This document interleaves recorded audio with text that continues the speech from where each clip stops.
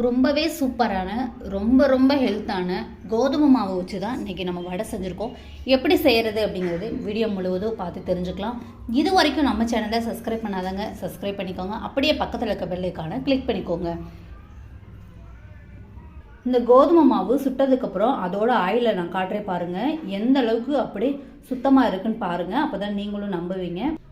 கொஞ்சம் கூட மாவு பிரிஞ்சு வரவே இல்லை. அதாவது வடையை விட்டுட்டு கொஞ்சம் கூட மாவு பிரிஞ்சு வரவே இல்லை, அப்படியே இருக்குது. அதிக மாவு எண்ணெய் குடிக்கல. இப்போ பாருங்கள், இப்போ நான் ஒரு வடை எடுத்திருக்கேன். ரொம்பவே லேசாக தான் எண்ணெய் ஒட்டியிருக்கு பாருங்கள், அவ்வளோதான். அப்போ எண்ணெயும் அதிகமாக குடிக்கல, மாவும் வந்து பிரிஞ்சு வந்து எண்ணெயும் வேஸ்ட் ஆகலை. ரொம்பவே ஹெல்த்தான முறையில் செஞ்சுருக்க நம்ம இந்த கோதுமை வடை எப்படி சட்டுன்னு ஒரு 10 நிமிஷத்துக்குள்ளே செய்ய முடியும் அப்படிங்கிறத இன்றைக்கி இந்த வீடியோவில் பார்க்க போகிறோம். வாங்க வீடியோக்குள்ளே போகலாம். Welcome to MS cooking 69 channel. கோதுமை மாவு வடை எப்படி செய்கிறது அப்படிங்கிறதுக்கு தேவையான பொருள் என்னென்ன அப்படிங்கிறத பார்த்துடலாம்.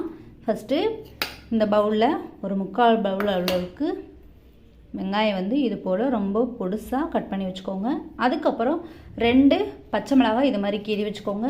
கொஞ்சமாக கருவேப்பிலை இது மாதிரி நல்லா கசக்கி எடுத்து வச்சுக்கோங்க. அடுத்து சீரகம் வந்து நம்ம மாவில் வந்து சேர்க்கும் போது கையில் வந்து நம்ம லைட்டாக வந்து தேய்ச்சிட்டு அதுக்கப்புறம் சேர்த்துக்கணும். அதுக்கப்புறம் 1 கப்புக்கும் கொஞ்சம் அதிகமாக வந்து நான் மாவு சேர்த்துருக்கேன். உங்களுக்கு தேவையான அளவு சேர்த்துக்கோங்க. இது என்ன மாவு அப்படின்னா கோதுமை மாவு தான், சலிச்சு எடுத்து சேர்த்து வச்சுருக்கேன். அதுக்கப்புறம் ஒரே 1 ஸ்பூன் அளவு வந்து கடலை மாவு, அதுக்கப்புறம் ஒரு 3 ஸ்பூன் அளவுக்கு அரிசி மாவு சேர்த்துக்கிறேன். நீங்கள் அரிசி மாவு சேர்த்து செய்யும்போது கொஞ்சம் மொறுமொறுப்பாக சூப்பராக இருக்கும் வடை. இப்போ நீங்கள் கடலை மாவு கூட ஸ்கிப் பண்ணிக்கோங்க, ஆனால் அரிசி மாவு வந்து ஸ்கிப் பண்ணாமல் சேர்த்துக்கோங்க கண்டிப்பாக. அவ்வளோதாங்க தேவையான பொருள். அடுத்து உப்பு, கொஞ்சம் சோடா, அவ்வளோதாங்க. இப்போ 1 பை 1 கலந்து காட்டுறேன். இப்போது கட் பண்ணி வச்சுருக்க வெங்காயம் சேர்த்துக்கலாம். அடுத்து கடலை மாவு 1 ஸ்பூனு, அரிசி மாவு 3 ஸ்பூனு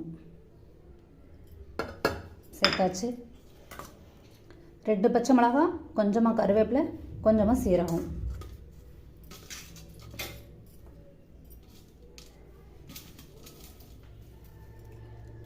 ரொம்பவே சூப்பராக இருக்கும் இந்த வடை.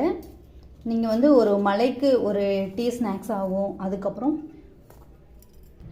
ஈவினிங் ஸ்நாக்காகவும் யூஸ் பண்ணிக்கலாம். இப்போ சீரகம் வந்து கசக்கி சேர்த்தாச்சு. இப்போ கொஞ்சமாக உப்பு சேர்த்துக்கலாம். தேவையான அளவு தூள் உப்பு சேர்த்துக்கோங்க. கல் உப்பு சேர்க்க வேண்டாம், ஏன்னா அது கரையாது சீக்கிரமாக. 1 பிஞ்ச் அளவு ஆப்ப சோடா சேர்த்துக்கலாம். இது வந்து உங்களோட இஷ்டம்தான், ஸ்கிப் பண்ணுறதா இருந்தால் கூட பண்ணிக்கலாம். இது கூட கொஞ்சமாக வந்து மிளகாய்த்தூள் சேர்த்துக்கிறேன். இது போல் எல்லாத்தையுமே சேர்த்துட்டு இது மாதிரி நல்லா மிக்ஸ் பண்ணி விட்டுக்கோங்க. மிளகாத்தூள் வந்து கொஞ்சமாக சேர்த்துக்கோங்க, ஏன்னா நம்ம ஆல்ரெடி வந்து 2 பச்சை மிளகாய் போட்டிருக்கோம் இந்த மாவுக்கு. அதுவே காரம் போதுமானதாக இருக்கும். இப்போ மிளகாத்தூள் சேர்த்துக்கிட்டோம் அப்படின்னா கொஞ்சம் கலரும் கொடுக்கும். இப்போ நீங்கள் வந்து ஃபுட் கலர் சேர்த்துக்கிறதா இருந்தாலும் சேர்த்துக்கலாம், ஆனால் ஃபுட் கலர் சேர்த்தாலும் லைட்டாக வந்து மிளகாத்தூள் வந்து சேர்த்துக்கோங்க, டேஸ்ட் நல்லாயிருக்கும். இப்போது இதை நல்லா மிக்ஸ் பண்ணியாச்சா, இது கூட கொஞ்சம் கொஞ்சமாக தண்ணி விட்டு நல்லா வந்து ஒரு லூஸாக ஒரு பதத்துக்கு வந்து கலந்து எடுத்துக்கலாம். சப்பாத்தி மாவு மாதிரி ரொம்ப கெட்டியாக இல்லாமல் லூஸாக அந்த ஸ்டேஜுக்கு நம்ம மிக்ஸ் பண்ணி எடுத்துக்கலாம். இது மாதிரி ஸ்பூன்லேயே நம்ம மிக்ஸ் பண்ணிகிட்டு இருந்தால் 1/2 மணி நேரம் ஆனாலும் சரியாக நம்மளால் கலந்து எடுக்க முடியாது. இப்போ ஸ்பூன் எடுத்துகிட்டு கை வச்சு நல்லா கலந்து எடுத்துகிட்டு வந்துடலாம். மாவு நல்லா இந்த பதத்துக்கு கலந்து எடுத்துக்கோங்க. கலக்கும் போதே வந்து உப்பெல்லாம் பார்த்துக்கோங்க, டேஸ்ட்டு பாருங்கள். உப்பு பத்தலைன்னா கலந்துக்கோங்க. அப்படி நீங்கள் மறந்துட்டீங்க அப்படின்னா ஃபுல்லாக கலந்ததுக்கு அப்புறம் தான் நான் டேஸ்ட்டு பார்த்தேன், உப்பு பத்தலையே என்ன பண்ணுறது அப்படின்னா ஒரு பிரச்சனையும் இல்லை. இப்போ இந்த ஸ்டேஜில் வந்து சும்மா 1 ஸ்பூன் அளவு தண்ணியில் வந்து எந்த அளவுக்கு உப்பு பத்தலையோ அந்தளவு உப்பு சேர்த்து நல்லா மிக்ஸ் பண்ணி விட்டு அதுக்கப்புறம் மாவில் சேர்த்துக்கோங்க. ஏன்னா அந்த தண்ணியில் கரைச்சி நம்ம மாவில் சேர்த்துக்கும் போது டக்குன்னு வந்து எல்லா இடத்துலையும் போய் ஸ்ப்ரெட் ஆயிரும். இப்போது இது வந்து ஒரு மூடி போட்டு 10 நிமிஷம் கிட்ட நல்லா ஊற வச்சிடலாம். அதாவது நம்ம எண்ணெய் காய வச்சு எடுப்போம் இல்லையா, அது எப்படியும் காயறதுக்கு ஒரு 10 நிமிஷம் ஆகும். அதுக்குள்ளே மாவும் ஊறி ரெடி ஆயிரும்.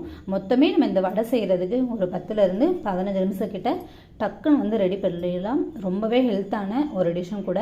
நம்மளோட சேனலை சப்ஸ்கிரைப் பண்ணாதவங்க அப்படியே சப்ஸ்கிரைப் பண்ணிவிட்டு கண்டினியூவாக பாருங்கள். வாங்க, இது மாதிரி ஒரு வாணலி வச்சு எண்ணெய் நம்ம வடையை பொரிச்சு எடுக்கிறதுக்கு தகுந்த எண்ணெய் வந்து நம்ம சேர்த்துக்கலாம். நல்லா சூடு ஏறட்டும். ஆவி பறக்கும்போது வடையை தட்டி தட்டி போட்டுக்கலாம். இப்போது நான் வந்து சப்பாத்தி கட்டை எடுத்து வச்சுருக்கேன். இதில் கொஞ்சமாக வந்து ஆயில் வந்து சேர்த்துருக்கேன். தண்ணி கிடையாதுங்க, ஆயில் சேர்த்துருக்கேன். இப்போ இது வந்து நல்லா தேய்ச்சி விட்டுக்கலாம். சும்மா ஒரு ரவுண்ட் சேஃப் அளவுக்கு, ஒரு வடை சேஃப் அளவுக்கு மட்டும் இது மாதிரி நல்லா அப்ளை பண்ணி விட்டுக்கலாம். இப்போ கொஞ்சமாக அதில் மாவு எடுத்து வச்சுருக்கேன். இது மாதிரி தட்டிக்கலாம். அடியில் வந்து ஒட்டாது, ஏன்னா நம்ம எண்ணெய் தடவி இருக்கும் இல்லையா, ஒட்டாது. இப்போ ஒரு குழி போட்டு எண்ணெய் காய்ஞ்சதுக்கப்புறம் ஒன்று ஒன்றா இது மாதிரி செஞ்சு எடுத்து எண்ணெயில் போட்டு எடுத்துக்கலாம். மறக்காமல் நீங்கள் எண்ணெயை அடியில் தேய்ச்சிட்டு தாங்க மாவு வைக்கணும். அதை அப்படியே எடுத்து எண்ணெயில் ஒன்று ஒன்றா போட்டு பொரிச்சு எடுத்துக்கலாம். லைட்டாக வெந்ததுக்கப்புறம் இது மாதிரி பரட்டி விட்டு எடுத்துக்கலாம். இது வந்து ரொம்ப சூப்பராக கோதுமை வடை வந்து ரெடி ஆகிடுச்சு பாருங்கள். அப்படியே ஃபில்டர் பண்ணி வேறு ஒரு பாத்திரத்துக்கு வச்சுருவோம். இதே மாதிரி எல்லா மாவுகளையுமே நான் வடை போட்டுட்டு காட்டுறேன்.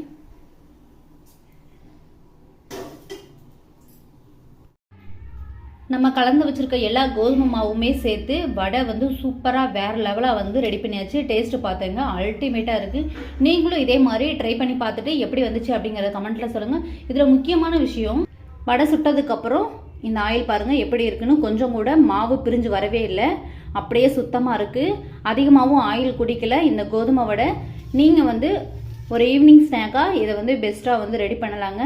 நன்றி. மீண்டும் அடுத்த ஒரு நல்ல வீடியோவில் உங்களை சந்திக்கிறேன். இந்த வீடியோ பிடிச்சிருந்தா இந்த வீடியோக்கு ஒரு லைக் பண்ணிவிட்டு நீங்களும் ட்ரை பண்ணி பார்த்துட்டு கமெண்ட்டில் சொல்லுங்கள். இது வரைக்கும் நம்ம சேனலை சப்ஸ்கிரைப் பண்ணாதாங்க சப்ஸ்கிரைப் பண்ணிக்கோங்க. அப்படியே பக்கத்தில் இருக்க பெல் ஐகானை கிளிக் பண்ணிக்கோங்க. மீண்டும் அடுத்த ஒரு நல்ல வீடியோவில் உங்களை சந்திக்கிறேன்.